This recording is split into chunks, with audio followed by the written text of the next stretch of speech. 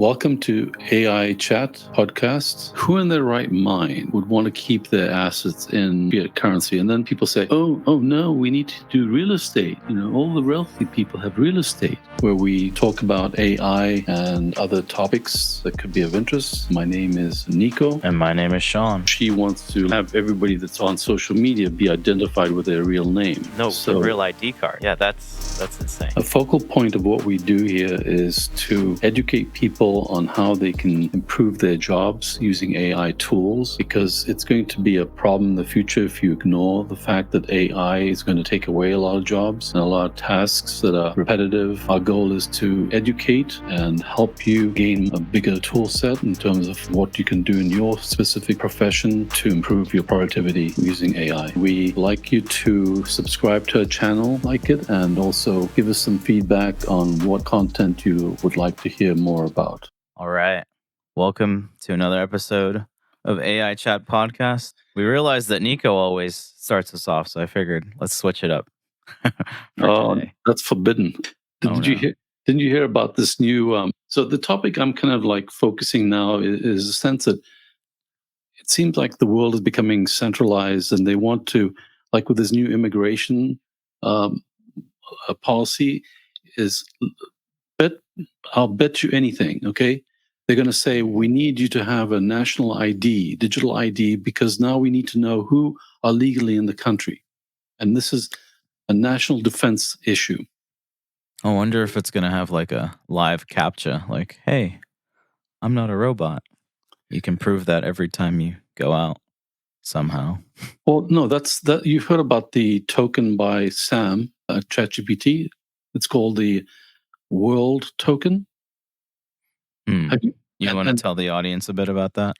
Yeah, it's kind of creepy. It's basically identification that scans your retina. And so you have a permanent ID. You haven't heard of that? Wow. And supposedly last week, I think it pumped like 150. So that's where it's going, man. Let me scan those baby blues. No, thank you. It's funny because I think it was years ago where I guess facial recognition was kind of blowing up. And I thought, could I invent like a baseball cap that ran interference from my face, from the lid of the cap? You know what I'm saying? It would. Yeah. Like there's license plate numbers that you can't take a picture of. Yeah. Hey, I'm getting a little bit of feedback on your end. Did something change with your audio? Nope. Interesting. Well, all right. Let me pull up our first article here. First tidbit of news. So, GPT 4, Chat GPT, has been arguably the reigning champion for since its inception. But I think the competition is getting a lot hotter and a lot spicier. Have you seen the new updates to Claude AI? No, but I hear about a lot of these, like, for example, Google, when they messed up with the imaging. And Gemini.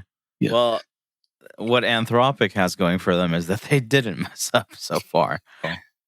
Yeah, and also there's another factor to take into consideration, that Elon Musk is suing OpenAI and Sam for breach of contract.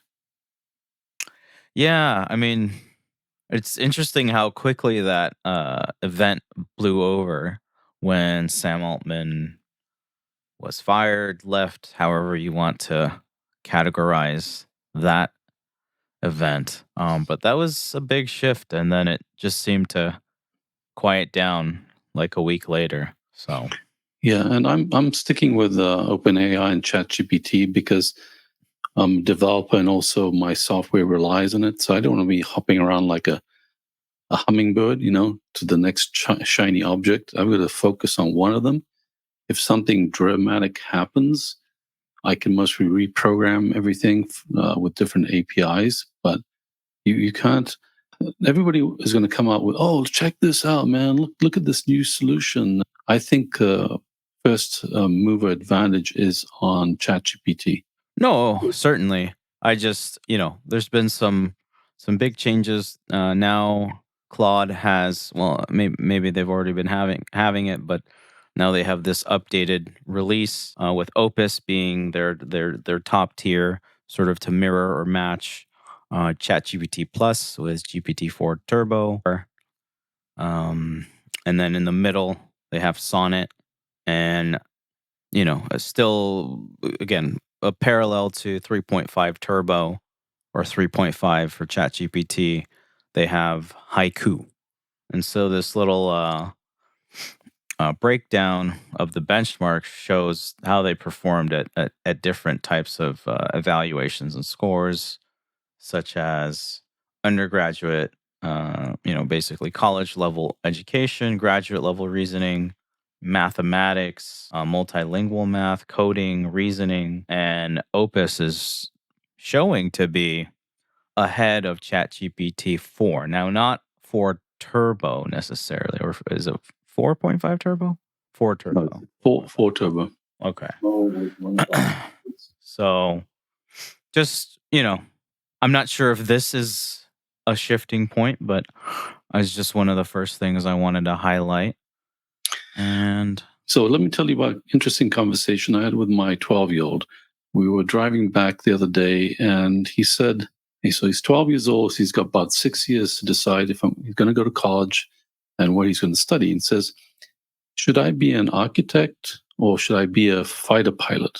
And I thought, oh, that's kind of a diverse range, but let's think about it. So I think being an engineer, I think it'll be quite easy to feed like millions of drawings of homes, for example, to AI and have it come up with different floor plans.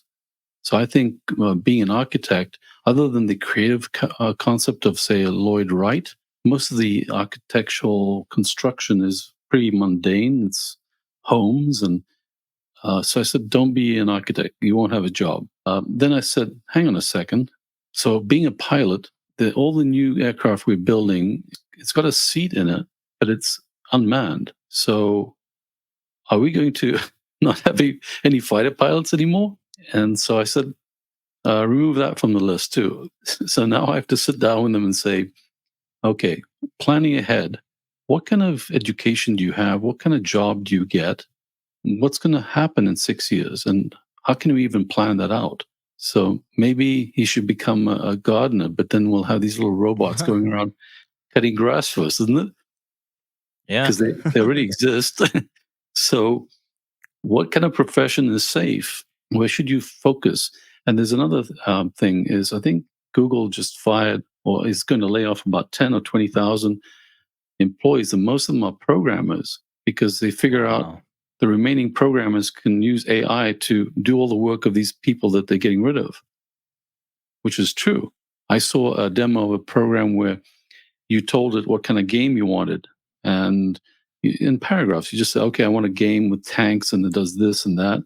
You hit the create button. Program. Yeah. And it creates this game for you. Wow. And that's what's going to happen eventually. It's going to be like, oh, what do you want to be? A chef? It's like, what do you do? What does anybody do? What are they going to have? They're going to have, what is it? Mr. Flippy version Flippy. 5.0 with like 8 arms, like an octopus and 2 heads.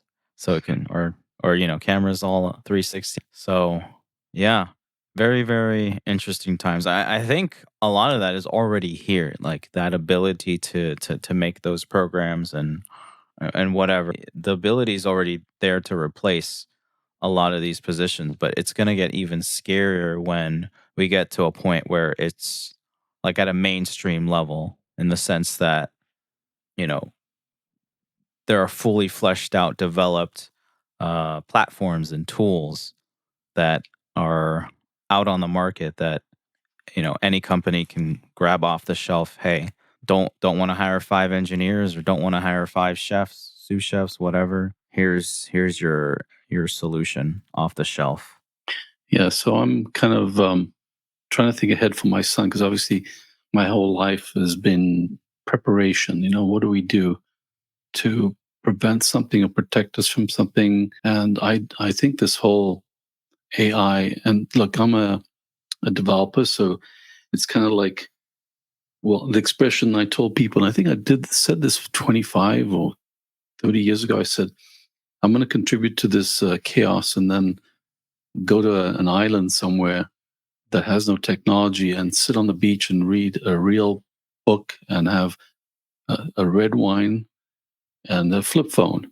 And the flip phone has always been intriguing to me because I thought, okay, so when did we start with the surveillance? And that was after flip phones, the smartphones.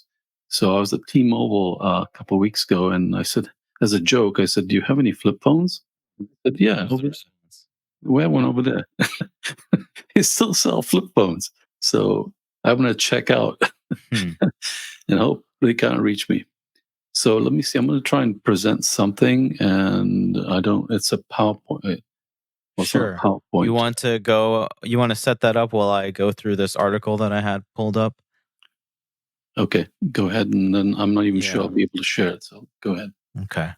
So just want to give I mean, there's multiple, but hundreds, thousands, right? But here's a quick example of something like that. A tool that's coming out and is already helping people better leverage their time and how they do things. Particle. So people apparently may be flocking away from X or from Twitter. This is like an AI based news platform. So you're going to get like, you know, I don't know if it's going to be 140 characters, but you're going to get snippets of news bits. And I think this is very practical, very useful for a lot of people who are trying to get some sort of a highlight update without necessarily having to go watch TikTok or watch YouTube shorts or Instagram, without having to be so heavily ingrained in social media, but having more of a news media, a quick blast platform. So, okay.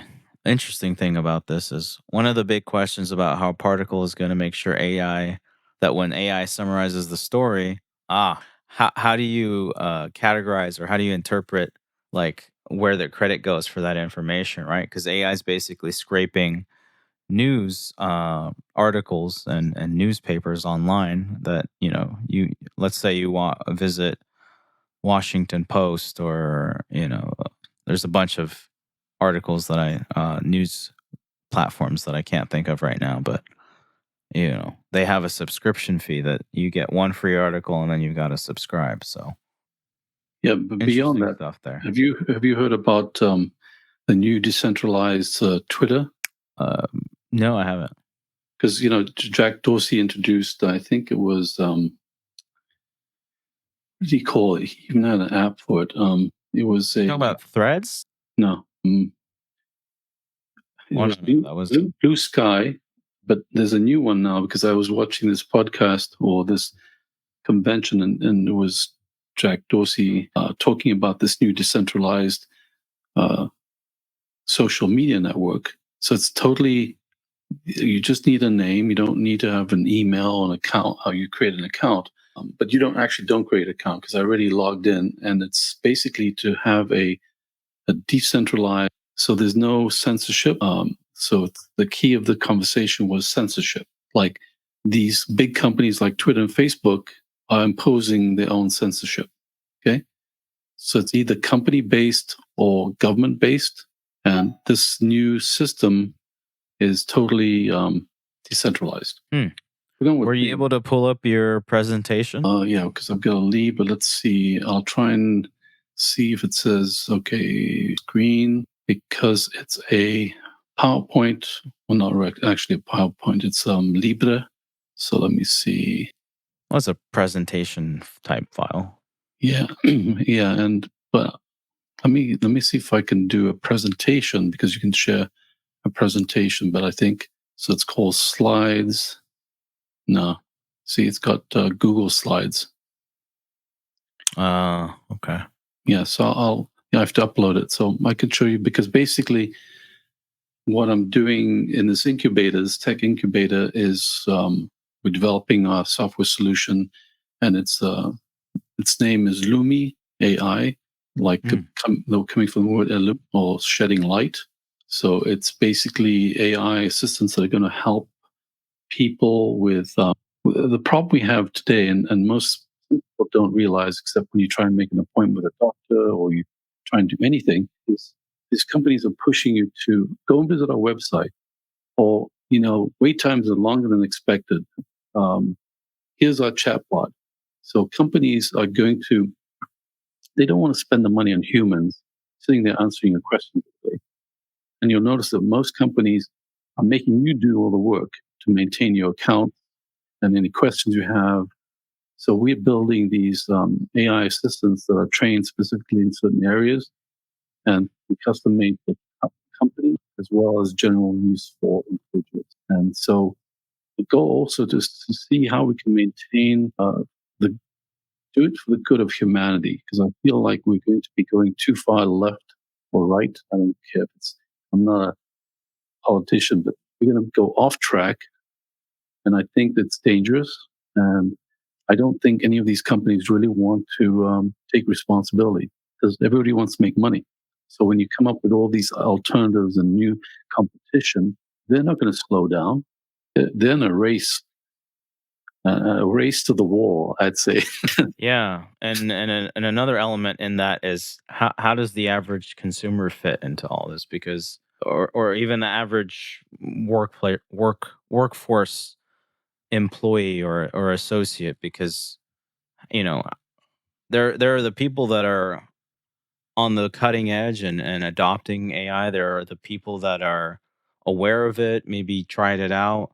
And then there are those in the middle that are skeptical, or maybe they're already losing their jobs to AI. But then there's the people that don't even have a clue. And again, ultimately, these companies are going to do what they end up doing and compete with each other. But I feel like that's going to end up. Well, I think that's going to end up having a negative impact on many people's lives as we know it. It's really transformative. It's simple. They're screwed. Although, if on the other hand they've been investing in Bitcoin, maybe they have some a bit of a saving grace. Before we wrap up this episode, I did just want to touch on Bitcoin's massive surge over the last month. I think we hit a new all-time high, or nearly, at like 69,700. Yeah. So And so there was a correction. It went down to 60 and a bit, or 61, but yeah, I think we're around 64,000 right now.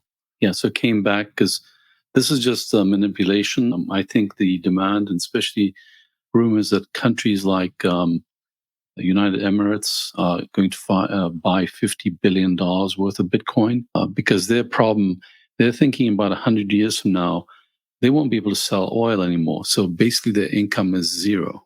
So they're trying to find alternative ways to survive, because they're selling the fossil fuel that I think will become extinct. I think about that. A fossil fuel that becomes extinct. That's pretty cool, isn't it? But I think I personally will never buy an electric car. Well, I shouldn't say never. Right Well, now, I just saw research that came out of a study that said electric vehicles actually have more toxic emissions than petrol, gasoline engines. yeah, because as an engineer, you know that, oh, I plugged my electric car to get charged. And I'm thinking, how much is that coal generated electricity? Okay. And just because you plug into the outlet of your house, it's not free. And then how do you dispose of the batteries? Has anybody really exposed how are we going to get rid of the batteries, where we're going to put them? And then the cost of a battery is enormous. I know of people that buying a cheap Tesla for say 25,000, and then being told you need a new battery, and it's 20,000. And although Elon Musk is coming out with a Roadster that's meant to do 0 to 60 in 1.8 seconds, and it can go 1,000 kilometers, so about 600 miles. So and it's coming out, I think, December. It looks nice, and do I need to go 0 to 60 in 1.6 seconds? 1.8 seconds? I don't think so. Not in traffic. Connection for that. I Well, mean, I think it's absurd. But anyway, let's wrap it up. This has been a quick episode. A lot of things going on. One last thing I wanted to highlight. I think it might be a bit of a turn. We actually got some comments, and someone said that we're extremely ignorant in terms of what we're discussing. So, we're by no means the Hey, hang on a second. deciding voice. We need to reach out to them and say, let's do the podcast. That's actually good. I mean, I actually reached out to them. I asked them, hey, like, where do you think we could improve? If No, I know there's areas that we can work on. Well, let's have a discussion on a podcast. I'd like to invite them and have a real discussion. All right, so we'll cover that in the next episode, and we'll send an invite out, and we'll see if we can get this individual to join us and speak their mind and share with us their thoughts. But yeah, that's been another episode of AI Chat Podcast. Please like, share, let us know your thoughts, and we'll catch you guys on the next episode. Take care. Yeah, thanks, guys. Bye, and have a good week. And subscribe, like, and hit the notification button.